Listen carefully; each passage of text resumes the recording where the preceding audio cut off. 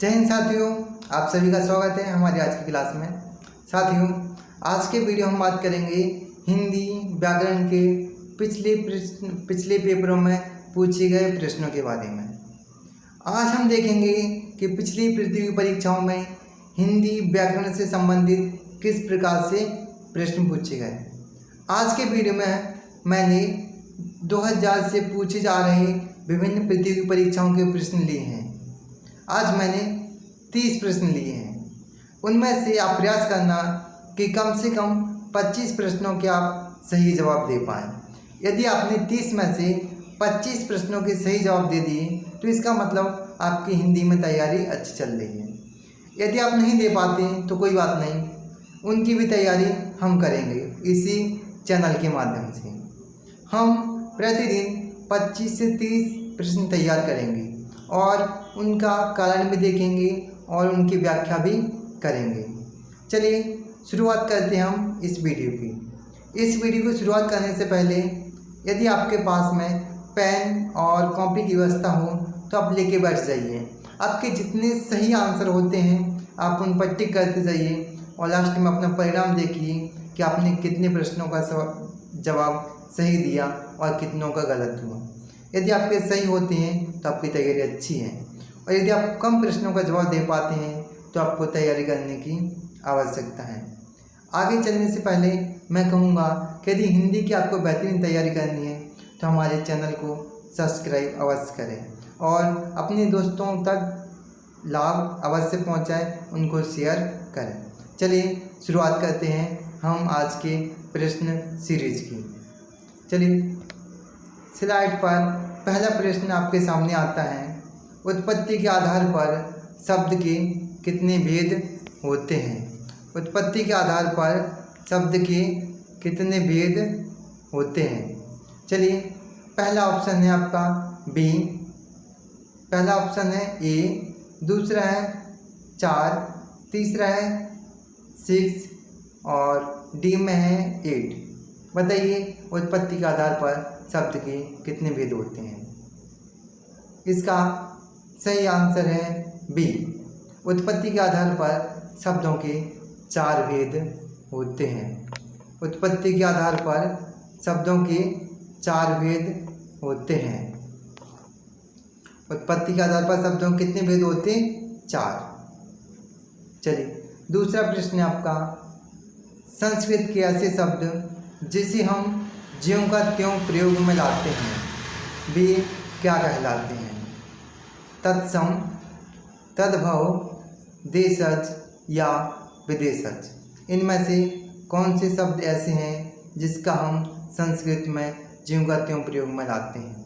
देखिए आप दूसरे प्रश्न में देख रहे होंगे 4 शब्द हैं, तत्सम, तद्भव और देशज विदेशज। ऊपर पहला प्रश्न है उत्पत्ति के आधार पर शब्द के कितने भेद होते?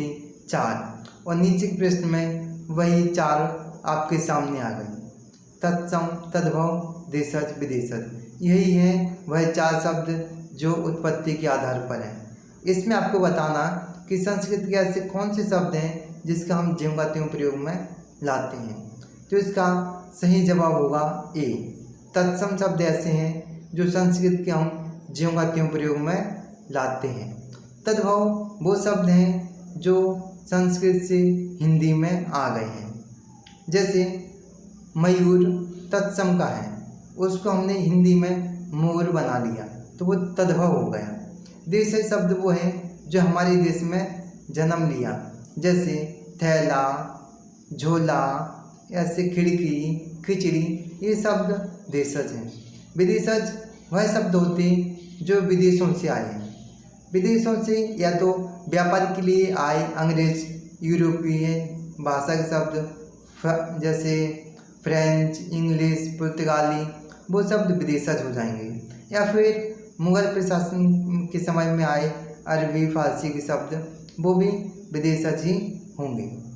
तीसरा प्रश्न आपके सामने है, निम्नलिखित में से ऋण शब्द कौन सा है? ऋण शब्द बताना है आपको। वाचनालय है, समतल है, विद्यालय है या फिर पशु है। इनमें से ऋण शब्द कौन सा है? इसका सही जवाब है डी पशु। इसका सही जवाब होगा डी पशु। ऋण शब्द का मतलब क्या होता है? देखिए, ऋण शब्द वो शब्द होते हैं जिनके दो खंड नहीं किए जा सकते। यदि इनका खंड कर भी दें तो ये सार्थक शब्द नहीं रहेगा, उसका कोई अर्थ नहीं निकलेगा। इसमें तीनों ऑप्शन हैं, जिनकी खंड कर भी दें तो उनका एक अर्थ बना रहेगा। लेकिन पशु एक ऐसा शब्द है, यदि हमने जिसका खंडन कर दिया तो उसका कोई अर्थ नहीं रहेगा। चौथा आपके सामने है, शब्द रचना के आधार पर बताइए कि कौन सा शब्द युगऋण है। अब आपको युगऋण बताना कि इनमें से युगऋण कौन सा है। पहला है पवित्र, दूसरा है कुशल, सी में है विनियम और डी में है जलज। इनमें से युगऋण शब्द कौन सा है? इसका सही आंसर होगा डी जलज। अब आपको मैं ये बता देता हूँ कि युगऋण शब्द कहते किसे हैं। युगऋण पहले अपन ने इससे ऊपर लिखा था ऋण शब्द। ऋण शब्द में था कि किसी शब्द के दो टुकड़े नहीं किए जा सकते। यदि टुकड़े कर दिए तो कोई सार्थक अर्थ नहीं रहेगा। इस युगऋण में क्या होता कि इसके दो खंड कर किए जा सकते लेकिन अर्थ कोई तीसरा ही निकल आएगा। वही इस डी में है। डी में है जलज, जल प्लस जा, अर्थात जल में जन्म लेने वाला, उसका हो जाएगा कमल। तो इसका सही आंसर क्या हो जाएगा? डी। इसका सही आंसर हो जाएगा डी। चलिए आगे बढ़ते हैं। आगे है आपके सामने प्रश्न 5। निम्न में से ऋण शब्द कौन सा है? इसमें आपको बताना कि ऋण शब्द कौन सा है।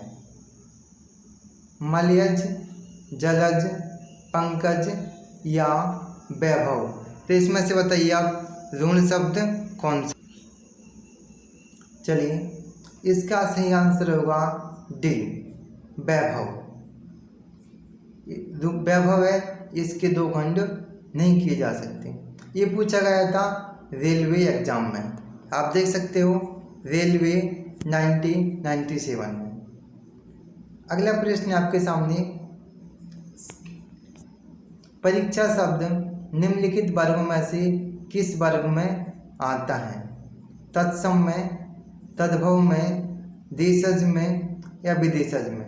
इसमें से परीक्षा शब्द किस भाषा का है? तो इसका सही जवाब होगा डी। इसका सही जवाब क्या हो जाएगा? डी। इसका ये हो जाएगा तत्सम।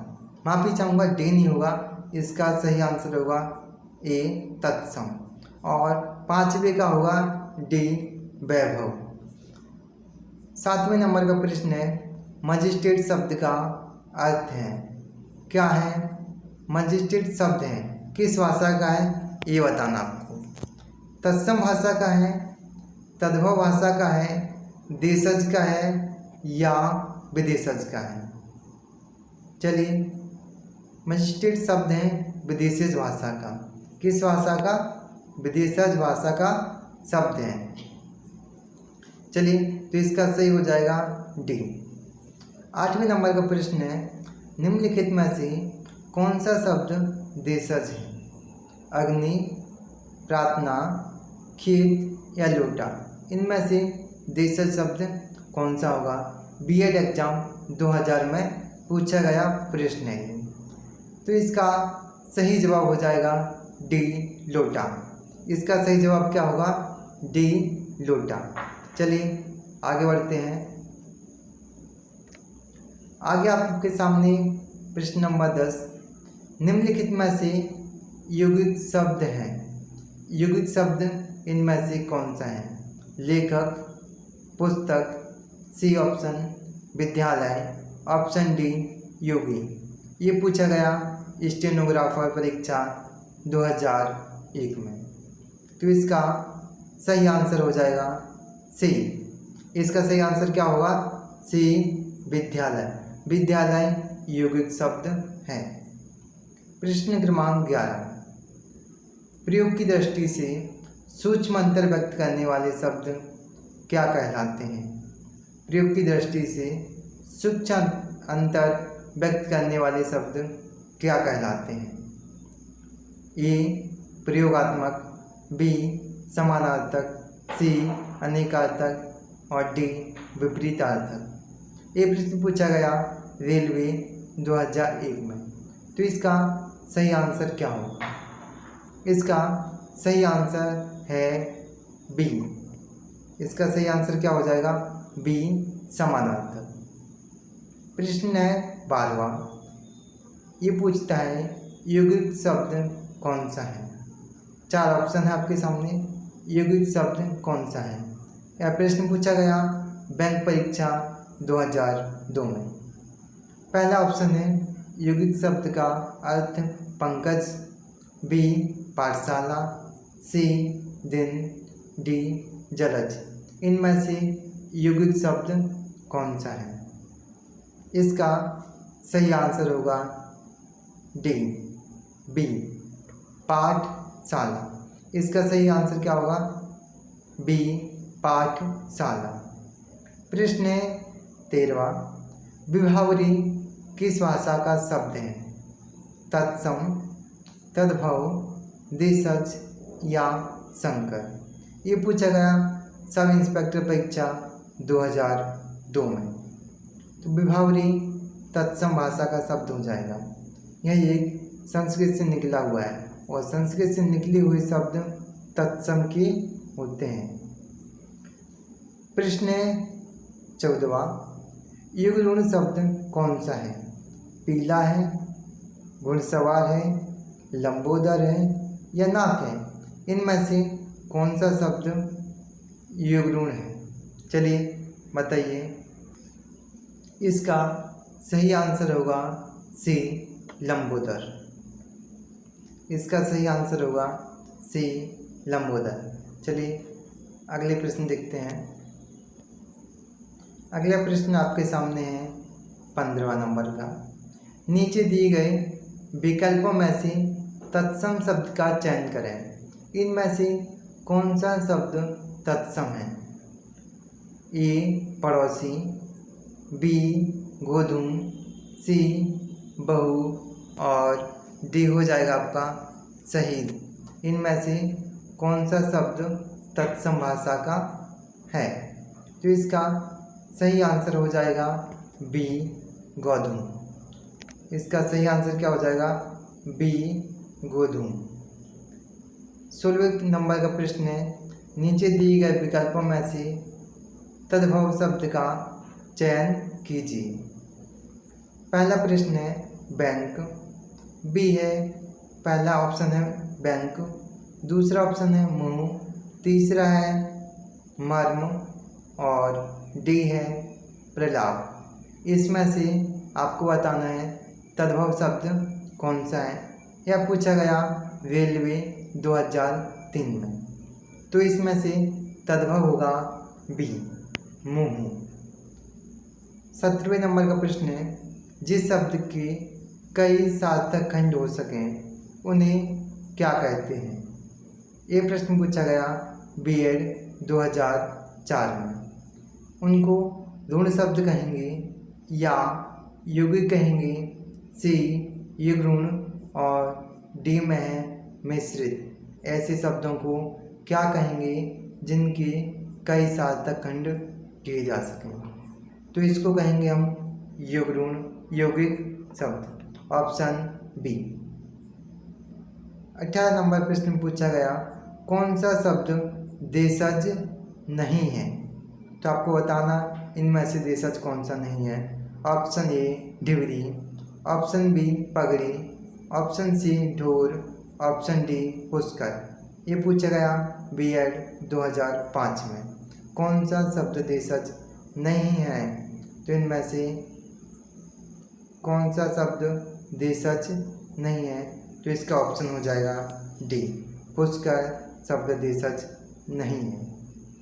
जिन शब्दों की उत्पत्ति का पता नहीं चलता उन्हें कहा जाता जिन शब्दों की उत्पत्ति का पता नहीं चलता उन्हें क्या कहा जाता है। ऐसे शब्द जिनकी उत्पत्ति का पता नहीं चलता उनको संकर शब्द कहा जाता है। यह पूछा गया प्रवक्ता परीक्षा 2006 में। चलिए आगे प्रश्न देखते हैं। आगे प्रश्न है प्रश्न नंबर 19। इसमें पूछा गया जिन शब्दों की उत्पत्ति का पता नहीं चलता उन्हें क्या कहा जाता है। इसका आंसर है डी संकर। फिर है वकील किस भाषा का शब्द है। वकील किस भाषा का शब्द है। फारसी, अरबी, पुर्तगाली या तुर्की। यह पूछा गया प्रवक्ता परीक्षा 2006 में अरबी। आपको इस तरह के प्रश्नों को देखकर पता चल गया होगा इन प्रश्नों को किसी न किसी एग्जाम में पूछे गए और जो पूछे गए एक बार उन प्रश्नों के पूछने की संभावना बहुत ज़्यादा बढ़ जाती है। तो आप प्रयास करना आप इन प्रश्नों को कम से कम तैयार अवश्य कर लें। 21वां प्रश्न आपके सामने, चाय किस भाषा का शब्द है। ए चीनी, बी जापानी, सी अंग्रेजी, डी है फ्रेंच। इसमें से आपको बताना कि चाय किस भाषा का शब्द है। तो इसका ऑप्शन हो जाएगा ए, चाय चीनी भाषा का शब्द है। सबसे पहले चाय की खेती चीन में ही की गई थी, इसलिए उसने ही इसका नाम रखा है। आगे है बी 22 नंबर का, स्टेशन किस भाषा का शब्द है। ए फ्रेंच, बी अंग्रेजी, सी डच, डी चीनी। इसमें से आपको बताना कि स्टेशन किस भाषा का शब्द है। तो इसका सही आंसर हो जाएगा बी। इसका सही आंसर क्या हो जाएगा बी, स्टेशन अंग्रेजी भाषा का शब्द है। संकर शब्द का क्या अर्थ है। संकर शब्द का क्या अर्थ है। ए तत्सम शब्द, बी तद्भव शब्द और सी विदेशी शब्द, डी विदेशी भाषाओं के शब्दों से मिलकर बना शब्द। इसमें से आपको बताना कि संकर शब्द का क्या अर्थ है। इसका सही आंसर हो जाएगा डी, विदेशी भाषाओं से दो भाषाओं के शब्दों से मिलकर बना शब्द संकर शब्द कहलाते हैं। तो इसका सही आंसर हो जाएगा डी। चलिए आगे देखते हैं।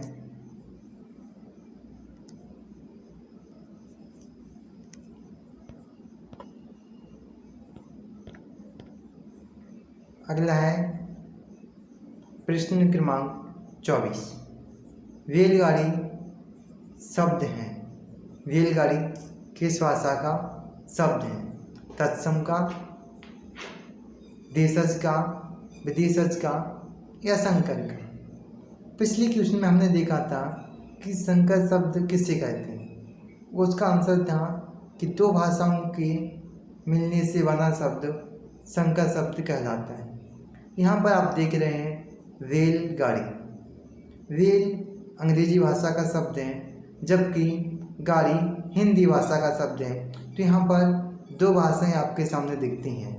जब दो भाषाओं के मिलने से शब्द बना तो इस भाषा को हम संकर शब्द कहेंगे। इसलिए इसका सही आंसर हो जाएगा डी, संकर शब्द। 25वां प्रश्न है, बानर का तद्भव रूप है। बानर का तद्भव रूप क्या है। बानर है या बंदर है या बांदर है या बांदर है। यह पूछा गया मध्य प्रदेश प्री बीएड परीक्षा 2007 में। तो आपको इसमें से बताना कि सही आंसर क्या है। बानर का तद्भव रूप क्या होगा। इसका सही जवाब है बी, बंदर। इसका सही आंसर हो जाएगा बी, बंदर। अगला है दर्शन का तद्भव रूप क्या है। दर्शन का तद्भव रूप क्या है? ऑप्शन ए दर्शन, ऑप्शन बी दर्शन, ऑप्शन सी दर्श, ऑप्शन डी दर्शन। यह पूछा गया मध्य प्रदेश प्री बीएड परीक्षा 2007 में। आपको इन परीक्षाओं से पता चल रहा होगा कि वो प्रश्न हैं जो लगभग बड़े बड़े एग्जामों में पूछे जाते हैं। यदि आप एसएससी जीडी, एमपी पुलिस या फिर एमपी पुलिस में तो नहीं आता है, एमपी पटवारी, एमपी फॉरेस्ट गार्ड, यदि आप इन परीक्षाओं की तैयारी कर रहे हैं या फिर यूपी, राजस्थान किसी भी स्टेट की तैयारी कर रहे हैं, तो आप इन प्रश्नों से पता चल सकता है कि यदि आप इस तरह के प्रश्न को सॉल्व करते रहे तो आप उन प्रश्नों को आराम से हल कर पाओगे। इसका सही आंसर होगा प्रश्न क्रमांक 26 का दर्शन। प्रश्न है 27वां। प्रश्न 27 में पूछा जाता निम्नलिखित में से कौन सा शब्द तत्सम है? उद्गम या खेत, सी कोड, डी अजीब। इनमें से आपको बताना कि तत्सम शब्द कौन सा होगा। यह पूछा गया बिहार पुलिस सब इंस्पेक्टर परीक्षा 2008 में। इसका सही आंसर होगा ए उद्गम। प्रश्न 28वां। अपील शब्द है, इनमें से अपील शब्द कौन सा है? तत्सम, तद्भव, देशज या विदेशज। इनमें से अपील शब्द कौन सा है? यह भी पूछा गया बिहार पुलिस सब इंस्पेक्टर परीक्षा 2008 में। 27वें 28वें दोनों ही प्रश्न एक ही एग्जाम में पूछे गए और एक ही साल में पूछे गए। इसका आंसर क्या होगा बताइए। अपील शब्द किस भाषा का है? तत्सम, तद्भव, देशज या विदेशज। तो इसका सही जवाब हो जाएगा विदेशज।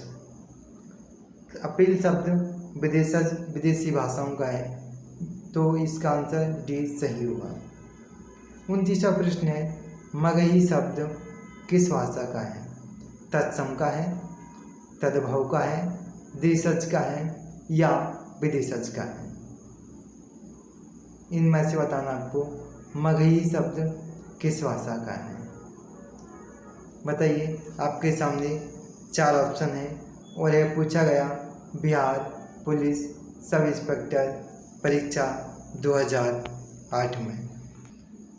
इसका सही जवाब हो जाएगा ऑप्शन बी तद्भव। मगही शब्द तद्भव भाषा का है। साथियों, आज के वीडियो में हम इतनी ही चर्चा करेंगे। इन सब की यदि आपको पीडीएफ चाहिए तो मैं वीडियो के नीचे डिस्क्रिप्शन में डलवा दूंगा। आप चाहो तो वहाँ से इस पीडीएफ को डाउनलोड कर सकते हो और इसको 1-2 बार रिवीजन भी कर सकते हैं। साथियों, यदि आपको इसी तरह के प्रश्न और भी चाहिए तो आप हमारे चैनल को सब्सक्राइब कर लीजिए, ताकि मैं जब भी वीडियो अपलोड करूं तो आपको उसका इंतज़ार नहीं करना पड़े, सीधे आपके मोबाइल में नोटिफिकेशन आ जाए। इसी तरह से हम प्रतिदिन 20, 25, 30 प्रश्न करते रहेंगे। यदि आपने हमारा साथ दिया तो इसी प्रकार हम जीके की भी क्लास लेके आएंगे, जिसमें हम इतिहास, राजनीति, भूगोल, इकोनॉमिक्स से संबंधित प्रश्न भी आपके सामने रखेंगे और उनकी व्याख्या भी करेंगे। चलिए, आज के लिए इतना ही काफ़ी। जय हिंद, जय भारत। और आप भी एक अच्छी सी नौकरी लेके और समाज की सेवा करिए, देश की सेवा करिए, और यही एक उद्देश्य रहता सभी का। चलिए, आज का वीडियो हम यहीं समाप्त करते हैं, लेकिन आप जाते जाते चैनल को सब्सक्राइब करना ना भूलें।